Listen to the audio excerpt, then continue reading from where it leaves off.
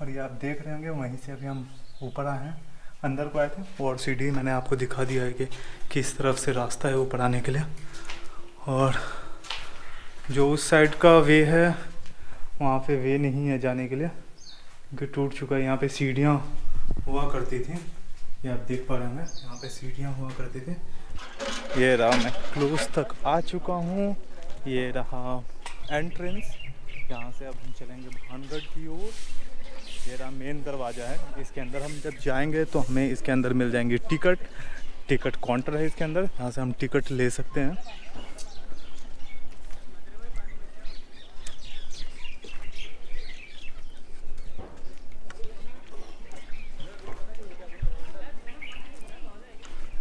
तो ये मेन दरवाज़ा है और जैसे ही हम दरवाजे से अंदर आते हैं, जैसा कि आप देख पा रहे होंगे, यहाँ पे आपको हनुमान मंदिर है जस्ट गेट के नज़दीक है।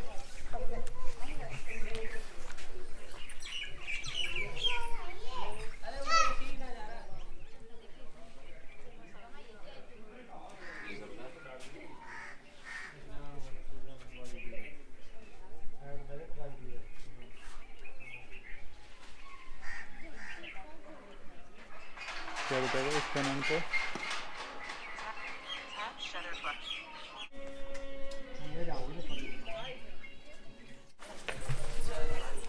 अब हमने टिकट घर से टिकट ले चुके हैं और ये रहा हमारा टिकट जो कि भानगढ़ के लिए है।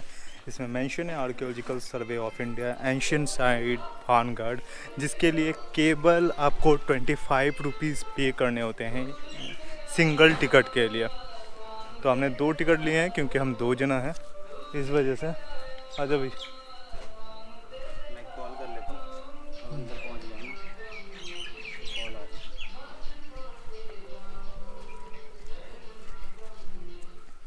और आ गए अब हम अंदर।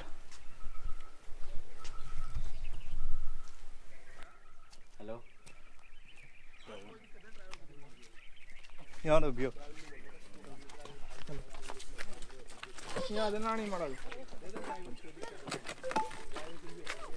कौन सा चैनल है भाई तेरा? प्रॉब्लम नाम बोल भाई। सौरभ, खासे हो भाई? दिल्ली। यूट्यूब पे कौन सा चैनल है? दिल्ली। नंबर बोलो। 7428 74 7428 74 74 1860 18 100 मजा 1860। मजा नहीं है, ठीक है। क्या करिए अब बताओ। ज़रूर भाई। लो जी, अब हम आ गए हैं चेक पोस्ट से अंदर। चेक पोस्ट पे आपको सिर्फ टिकट शो करना होता है और वो टिकट को आपको मार्क कर देते हैं कि आप किला के अंदर प्रवेश कर चुके हो, ताकि आप दोबारा उसे यूज़ ना कर पाओ।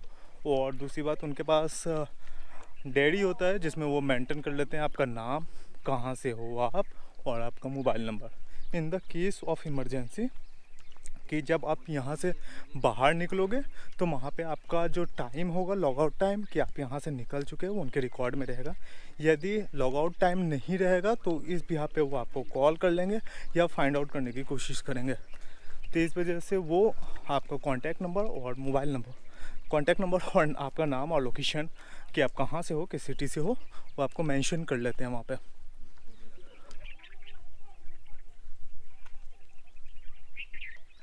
दुकानें जैसी लग रही हैं।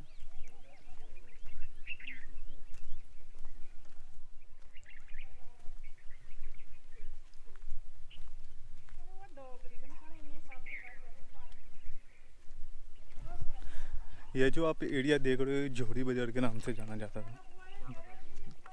जो प्राचीन टाइम था 17वीं शताब्दी के दौर में जब इसमें शासन हुआ करता था, तो जो ये एरिया है आप देख पा रहे हैं जैसे कि ये खंडहर में तब्दील हो गया है, इसे जोहरी बाज़ार के नाम से जाना जाता था। यहाँ पे ये सारी दुकानें हुआ करती थी जैसा कि आप देख पा रहे हैं।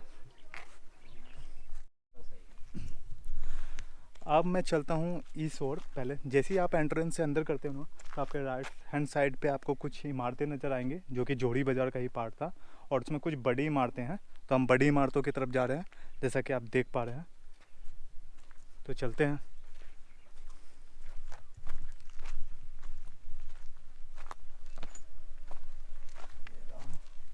बड़ी इमारतों की तरफ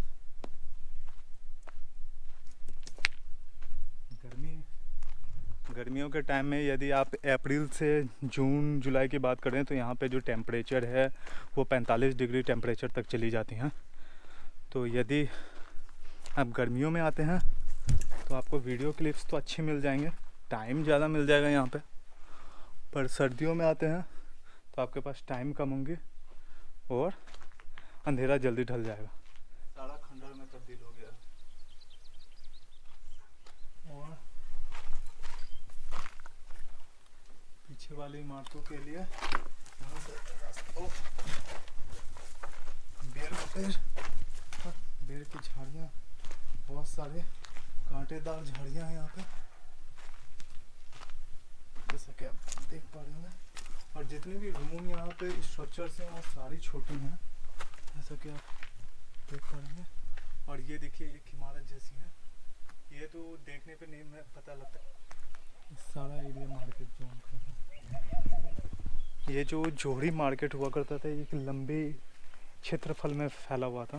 जैसा कि आप देख पा रहे होंगे कि इमारतें तो ढह चुकी है पर उसका जो बेस है अभी भी यहाँ पे मौजूद है और उन पे छत नहीं है पर आधी दीवारें ढह चुकी है। पर नीचे के बेस को देखकर ये आधार लगाया जा सकता है कि ये जो मार्केट थी बहुत बड़े क्षेत्रफल में थी और ये जो दुकानों की साइज आप देख रहे होंगे बहुत छोटी थी।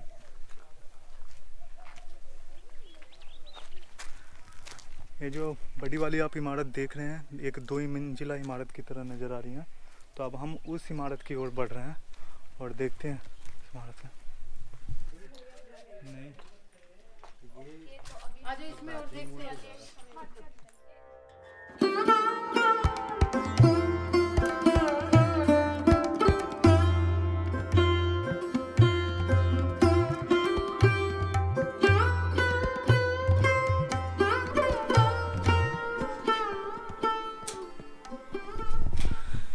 ये रहा, अब हम चले सेकेंड इमारत की ओर बढ़ते हैं। और एक रास्ता तो इधर को जा रही है और दूसरी रास्ता स्ट्रीट की ओर। तो पहले हम सामने देखते हैं क्या है। कुछ नहीं है, एक छोटा सा बंकर है, उसके अलावा इसमें कुछ नहीं है। और अब हम इस ओर चलते हैं।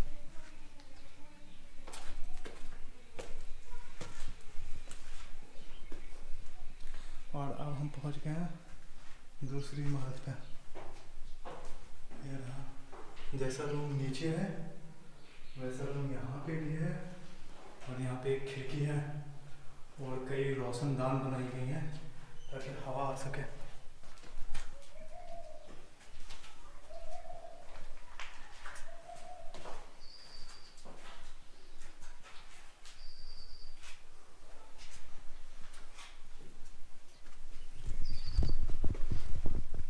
और ये आप देख रहे होंगे वहीं से अभी हम ऊपर आए हैं, अंदर को आए थे और सीढ़ी मैंने आपको दिखा दिया है कि किस तरफ से रास्ता है ऊपर आने के लिए। और जो उस साइड का वे है वहाँ पे वे नहीं है जाने के लिए क्योंकि टूट चुका है। यहाँ पे सीढ़ियाँ हुआ करती थी, ये आप देख पा रहे होंगे, यहाँ पे सीढ़ियाँ हुआ करती थी जिससे आप ऊपर जा सकते थे इस वाले छत पर अभी आप नहीं जा पाओगे। और ये वही सीढ़ियाँ जैसे मैं चढ़ के ऊपर आया, ये आपको मैं यहीं से दिखा देता हूँ। सेम पैसेज है। मुझे वो वीडियो याद, वो जो सीरियल बना है ना मेन कोर्ट, अभी हम इस वाले एरिया को एक्सप्लोर करके आपको दिखा रहे थे। अब हम इसके सामने जो है इस वाले एरिया को अब हम एक्सप्लोर करेंगे। तो चलते हैं इसके अंदर। यहाँ पे एक बड़ा पैसेज है और इसके ऊपर भी सेम है, कुछ नक्काशी वगैरह आपको देखने के लिए नहीं मिलती हैं, बस एकदम नॉर्मल है। और सीढ़ी में यहाँ पे सीढ़ी है पर ऊपर तक जाने के लिए रास्ता है शायद। और नीचे ऐसे ही छोटे छोटे कमरे बनाए गए हैं और एक सीढ़ी उस साइड में भी है सामने पर, वो टूटी हुई है।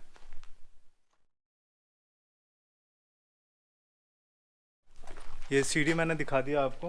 अब इस सीढ़ी से हम चलते हैं अब ऊपर और ऊपर से देखते हैं कि सीढ़ी, ये देख रहे हैं आप,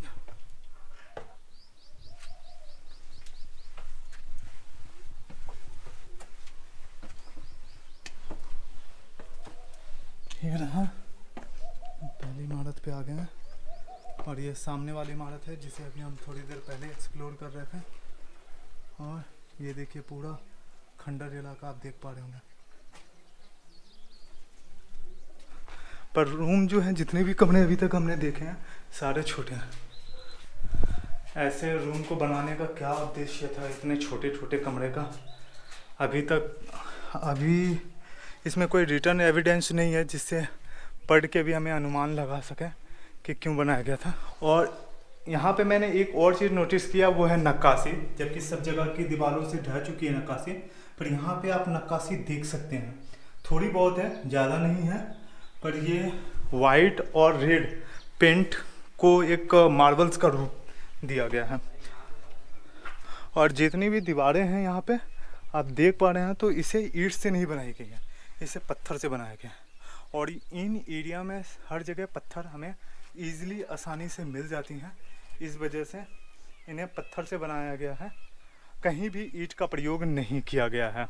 और आप मेरे पीछे देख पा रहे होंगे, तो सबसे एंड में वो है किला, जो मेन फोर्ट है, मेन अट्रैक्शन है, जो कि माधव सिंह का है।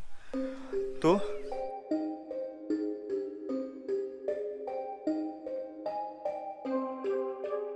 इस शॉप को देख के आप अंदाज़ लगा सकते हैं कि इस शॉप की हाइट क्या रही होगी।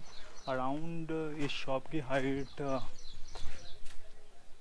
7 फुट, 7.5 फुट की हाइट होगी। पर इसका आर्क तो एकदम सही है, पर अंदर की छतें गायब हैं। जितनी भी यहाँ पे इमारतें हमने अभी तक देखी हैं, सभी की छत गायब हैं।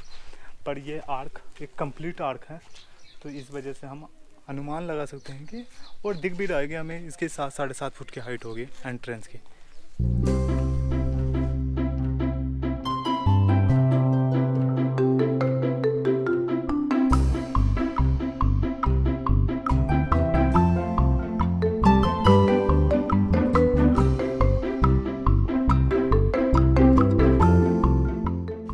देख रहे होगे आप, एक बरगद का पेड़ है और काफ़ी पुराना होगा ये पेड़। मुझे लगता है कि कम से कम कुछ नहीं तो 250-300 साल पुरानी पेड़ होंगी, क्योंकि इनमें बहुत सारी शाखाएं निकल चुकी हैं, जो कि शाखाएं निकल कर ज़मीन से जुड़ चुकी हैं।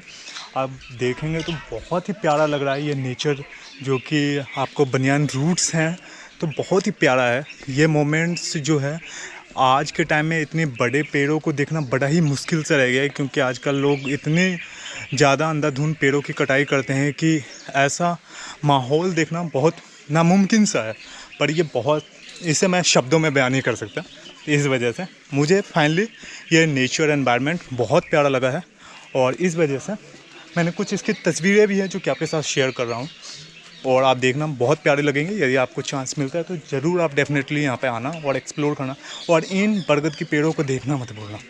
तो अब हम चलते हैं सामने की ओर, जो कि आपको भानगढ़ फोर्ट जो है, मेन रॉयल पैलेस जो है, वहाँ का एंट्रेंस दिखाता हूँ आपको, और जो रॉयल पैलेस है उस टाइम का। तो जैसा कि आप देख पा रहे होंगे रॉयल पैलेस के, और इनमें जो गेटें लगाई गई हैं वो बाद में शायद लगाई गई हैं, इस वजह से। पर ये दीवारें जो हैं काफ़ी पुरानी है, जो रॉयल फोर्ट जिस वक्त में बनाया गया होगा उस दौर का ही है, तो इस वजह से।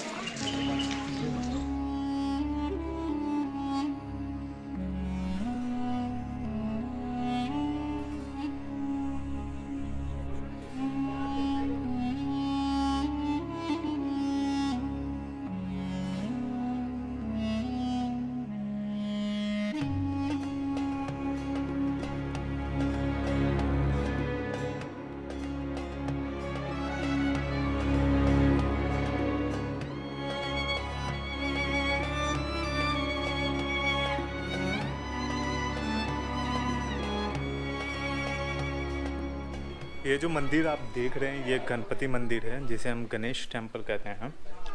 और इसकी छतों को देखें तो बहुत प्यारी नक्काशी की गई है इसकी छतों को। और ये मेन गर्भगृह है जो आप देख रहे हैं। यहाँ से मूर्तियाँ गायब हो चुकी हैं। यहाँ पे अब जो मूर्तियाँ थी मुग़लकालीन दौर में तोड़ दी गई थी बहुत सारी मूर्तियों को, तो जो मेन गर्भगृह में मूर्तियाँ थी वो मिसिंग है। यहाँ पे आपको साइड दीवार पे दिखाऊं तो यहाँ पे आपको गणेश, लॉर्ड गणेश की मूर्ति है, जो कि थोड़ी बहुत नुकसान पहुँचाई गई हैं। और यदि टेम्पल्स की बात करें तो इनकी दीवारों को जब हम देखें तो बहुत ज़्यादा नक्काशी की गई है जो इसकी खूबसूरती को चार चांद लगा देता है। और यदि हम शैली की बात करें तो इसे इस जो टेम्पल है इसे नागर शैली में बनाया गया है। तो ये बहुत ही अनोखा एक्सपीरियंस है। पर थोड़ी सी हमें भी इस चीज़ की कमी चलती है कि जो मेन मूर्ति है वो मिसिंग है।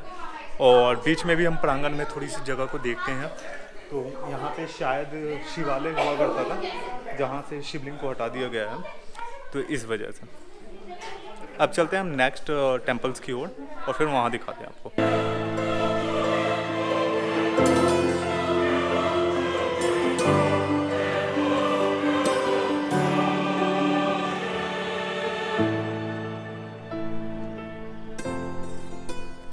ये जो आप देख रहे हैं ये एक मंडप है और शायद यहाँ कोई पूजा पाठ या तांत्रिक विद्या जो भी है व्हाटएवर वो किया करता होगा। यहाँ पे माला और कुछ जलाए हुए भस्म वगैरह यहाँ पे हैं। तो अब हमें यहाँ से चलना चाहिए और हमारा जो नेक्स्ट डेस्टिनेशन है वो बैक साइड में आप देख सकते हैं जो मेन फोर्ट है जिसे रॉयल फोर्ट कहते हैं।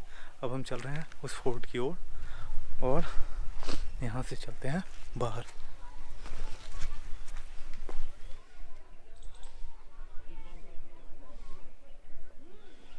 अब हम चल रहे हैं मेन फोर्ट की ओर जिसे रॉयल फोर्ट कहते हैं। रॉयल फोर्ट की ओर चल रहे हैं और जैसा कि आप देख पा रहे होंगे ना चारों ओर पहाड़ियों से घिरा है। जिस पहाड़ी से ये घिरा है उसे हम अरावली माउंटेन रेंज के नाम से जानते हैं क्योंकि वो अरावली की श्रेणी है, चोटियाँ हैं। और जैसा कि आप देख पा रहे होंगे किला जो है चोटी के ढलान पे बसा हुआ है। तो जो क्षेत्रफल या जिस ढलान पे बसा हुआ है उसे हम काकनबाड़ी पठार के नाम से जानते हैं। मतलब जो पूरी श्रेणी है वो है अरावली माउंटेन रेंज और जिस ढलान पे बसा हुआ है उसे हम कहते हैं काकनबाड़ी। तो अब हम चलते हैं अंदर की ओर और दिखाते हैं आपको अंदर का कंप्लीट नज़ारा।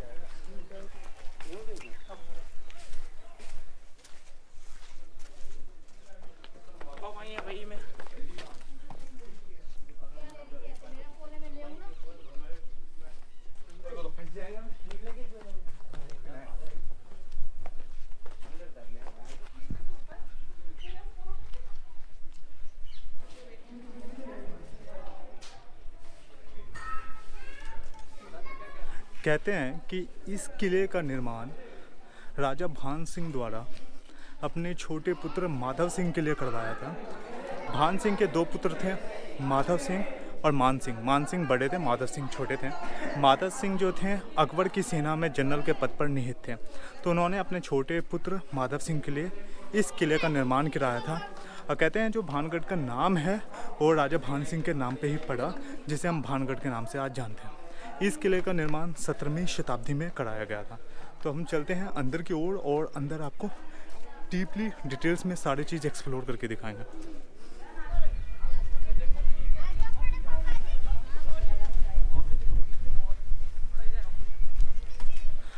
अब मैं चल रहा हूँ किला के सबसे ऊंचे भाग पे। तो चलते हैं।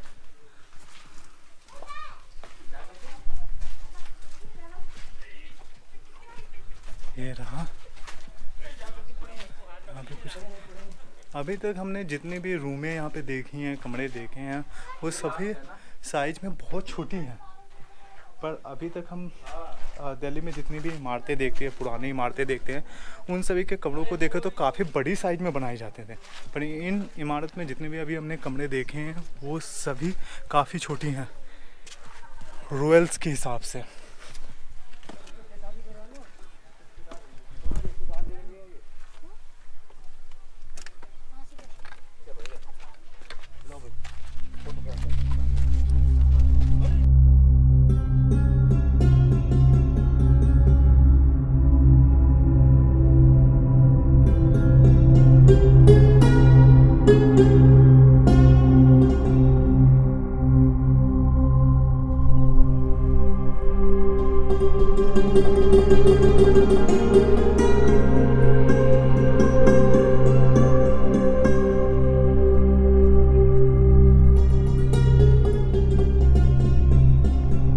पे आते हो तो प्लीज़ हील वाली चप्पलें या जूते मत पहनना, नहीं तो इन स्लाइडर पे चढ़ने और उतरने में काफ़ी ज़्यादा आपको प्रॉब्लम हो सकती है। आप देख सकते हो बिल्कुल खड़ी स्लाइड है किला से नीचे उतरने के लिए और ऊपर चढ़ने के लिए, तो इसमें आपके पैर ट्विस्ट हो सकते हैं। तो मैं तो सजेस्ट करूँगा भाई आप फ्लैट जूते या चप्पल पहन के ही इस किले पे आओ। जैसा कि आप मेरे पीछे देख रहे हैं ये एक कुंड है और बंदर जो है पानी पीने में लगा है। तो बता दूं ये जो कुंड है इसका प्रयोग 16वीं और 17वीं शताब्दी के दौरान जब माधव सिंह इस महल में राज किया करते होंगे तो उस वक्त इस पानी के स्रोत का प्रयोग किया जाता होगा, क्योंकि राजस्थान में पानी की वैसे भी किल्लत हमेशा रही है। तो इस वजह से बावड़ी, तालाब, कुएँ बनाई जाती थी, तो इसलिए ये इतने बड़े क्षेत्रफल में बना हुआ है जैसा कि आप देख पा रहे हैं। अब इसका यूज़ नहीं है तो पानी बहुत ज़्यादा गंदा है और इसमें सख्त यहाँ पे नोटिस लगा है कि इसमें स्नान करना या यूँ पानी को टच करना किसी भी प्रकार के जहरीले जीव जंतुओं का होना, वास होना, जो कि आपके लिए ख़तरनाक हो सकता है। तो कृपया इस पानी से दूर रहें।